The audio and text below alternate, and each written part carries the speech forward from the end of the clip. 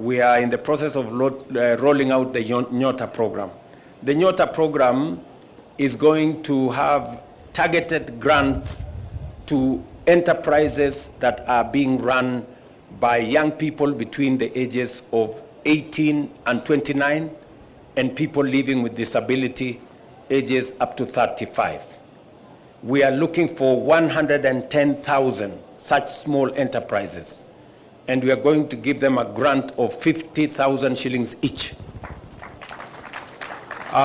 We started that process last week. I just want to announce that the rest of the process is underway.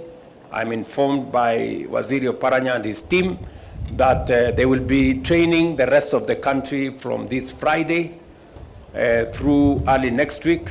And so from next week, we will be releasing another 4.4 billion Kenya shillings to the rest of the people who will have been trained and identified.